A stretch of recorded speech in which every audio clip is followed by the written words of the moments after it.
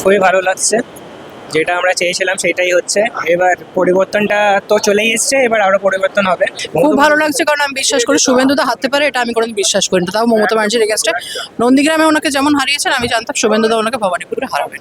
আমার এই বিশ্বাস ছিল, পার্টিরও ওনার প্রতি বিশ্বাস ছিল, তাই হয়েছে। এটা তো জানা কথাই ছিল, শুভেন্দু অধিকারী জিতবে, এটা জানা কথা।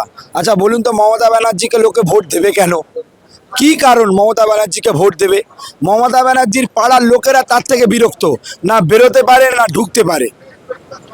একটা পুরো কালীঘাট চত্বরটাই নিজের প্রাইভেট লিমিটেড বানিয়ে নিচ্ছে পিসি ভাইপো বা পিসি ছেলে বা মা ছেলে, যাই বলি।